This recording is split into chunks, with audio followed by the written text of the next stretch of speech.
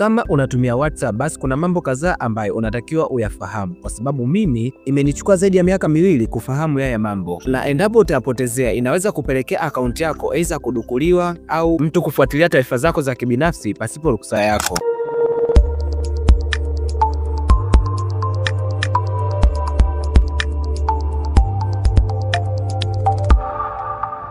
Ni rahisi sana mtu kukuibia akaunti yako ya WhatsApp na kuitumia vile ambavyo yeye anataka. Lakini pia ni rahisi mno kuweza kuilinda akaunti yako ili kuweza kuzuia mtu asiweze kuingia katika akaunti yako pasipo ruhusa yako. Ili kuweza kuzuia akaunti yako isiweze kudukuliwa kiurahisi, ukiwa WhatsApp, nenda kaguse vidoti vitatu upande wa kulia juu, na baada hapo nenda kaguse settings, na baada hapo njoo mpaka kwenye hii option imeandikwa account, security notification pamoja na change number.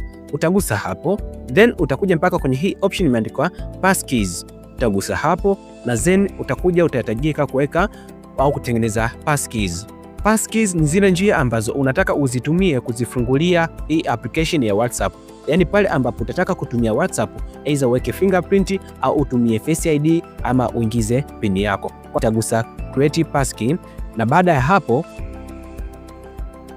nitagusa continue, na mpaka hapo unaweza kaona akaunti yangu nimeshaweka passkeys. Okay, na njia ya pili ya kuweza kulinda akaunti yako ya WhatsApp ili isiweze kudukuliwa kiurahisi, njoo mpaka kwenye hii option imeandikwa email address. Gusa hapo, then hapo utahitajika kuingiza email yako ambayo itakusaidia kuweza kuverify akaunti yako pasipo kutumia message, kama utakuwa mbali na simu yako au namba yako ya simu ambayo utahitajika kuitumia kupokelea hiyo SMS, au pia inaweza kukusaidia wao WhatsApp kuweza kusaidia kurudishia akaunti yako pale ambapo itatokea labda akaunti yako imehakiwa au imedukuliwa. So then hapo utagusa add email, na baada ya hapo utachagua ni email gani ambayo wewe unataka kuiweka katika hiyo akaunti yangu ya WhatsApp. Utagusa continue, then utagusa next. Utahitajika kuingiza, kuna kodi ambazo zimetumwa kwenye hiyo email ambayo umeiweka hapo, na utahitajika kuzijaza hizo kodi. Okay, baada ya kuingiza hizo kodi, then utagusa verify. Ukishagusa verify, basi unaweza kuona nimeandikiwa verified na email yangu imekuja hapo, na wote ukiangalia hapa chini kushoto kuna hii option imeandikwa verified, kwa maana ya kwamba hii akaunti yangu ya WhatsApp imeshaunganishwa na hii Gmail ambayo mimi nimeiweka hapo. Okay, na option ya mwisho ya kuweza kulinda akaunti yako ya WhatsApp ni kutumia two step verification. Kwa utagusa hapo two step verification, then utagusa turn on. Ukishagusa save, unaweza kuona nimeandikiwa applying change, na hapo unaweza kuona nimeshaweka two step verification, kwa maana ya kwamba hakuna mtu ambaye ataweza kulogin katika akaunti yangu pasipo two step verification wala pasipo hiyo Gmail account. Kwa hiyo ni ngumu sana mtu kuweza kuingia katika akaunti yako pasipo ruhusa yako guys. Jambo la pili katika WhatsApp, kama kuna muda ukiwa umewasha data utataka message za WhatsApp zisiingie, yani hata kama mtu amekutumia message WhatsApp haitamuonyesha tiki mbili, basi kuna step chache ambazo unatakiwa uzifuate. Ukiwa WhatsApp, nenda kaguse vidoti vitatu upande wa kulia juu, nenda kaguse settings, shuka mpaka utakutana na hii option imeandikwa storage and data. Njoo mpaka kwenye hii option imeandikwa proxy, then gusa setup proxy, na baada ya hapo hapa kwenye proxy host andika hizi namba 11.33.44, then utagusa hii alama ya tiki hapa chini kulia, na baada ya hapo utarudi nyuma. Unaweza kuona kuna namba ambazo zimetokea hapa chini zinaonekana. So hapa ikikuandikia connect inamaanisha kuwa kuanzia sasa mtu yeyote ambaye atakutumia message kupitia WhatsApp basi itaonyesha kama huyu mtu yupo offline. Lakini kama utataka mtu akikutumia message basi ziendelee kuja kama kawaida, utatakiwa uizime hapa. Utaizima hii button.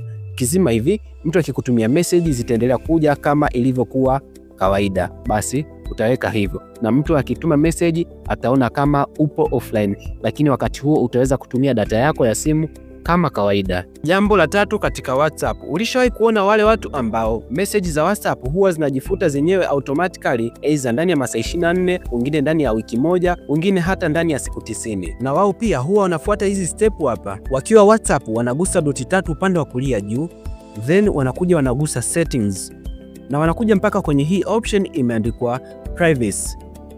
Wanashuka mpaka kwenye hii option imeandikwa disappearing message, na chini yake pameandikwa default message timer. Wakishagusa hapo wanachagua aidha masaa 24, siku 7 au siku 90. Ukishamaliza kuseti hapo, inamaanisha mtu yeyote ambaye utakuwa na chat naye, meseji zenu zitakuwa zinafutika kila baada ya masaa 24. Lakini pia ukichagua siku 7, meseji zenu zitakuwa zinafutika kila baada ya siku 7. Na ukichagua siku 90, meseji zenu huwa zitakuwa zinafutika kila baada ya siku 90. Na ukiweka off, meseji zenu zitakuwa hazifutiki mpaka pale ambapo utafuta wewe ukiamua. Jambo la 4 katika WhatsApp, labda unataka ukiwa unaangalia status ya mtu asiweze kuona kama umeona status yake, au mtu akikutumia message asiweze kuona zile tiki mbili kama umeifungua hiyo message. Wala hata usijali, huwa wanafanya hivi. Wanagusa doti 3 upande wa kulia juu na wanagusa settings. Wanakuja mpaka kwenye hii option imeandikwa privacy na wanagusa hii option iliyoandikwa read receipts. Utagusa hiyo. Wakishagusa hiyo, ikishakuwa off, basi hapo ukiangalia status ya mtu hataweza kuona kama umeona. Wala mtu akikutumia message ukifungua hataweza kuona zile tiki mbili za blue kama umeweza kuona hiyo message yake. Lakini kama utahitaji kurudisha kwa mtu akikutumia message aweze kuona tiki mbili au kiview status yake aweze kuona, utaiwasha tu kiurahisi kama hivyo. Jambo la 5 katika WhatsApp, na kama una mtu wako ambaye huwa unachat naye WhatsApp na utaki message zenu zionekane na mtu yeyote kiurahisi, basi na wewe fanya hivi. Nikiwa WhatsApp, labda mtu ambaye huwa anachat naye sana na sihitaji message zetu zionekane na mtu yeyote yule, ni huyu wa kwanza hapa. Nitakwenda nitamgusa, nitamkliki kama hivyo, na baada ya hapo nitagusa doti 3 upande wa kulia juu, na baada ya hapo nitagusa lock chat. Nitagusa hapo, na baada ya hapo nitagusa continue. Ukishagusa continue, nitahitajika kuingiza passkey yangu na mpaka hapo nitakuwa nimeweza kuificha au kiloku hii chati, mtu yoyote asiweze kuiona kiurahisi pasipo ruksa yangu.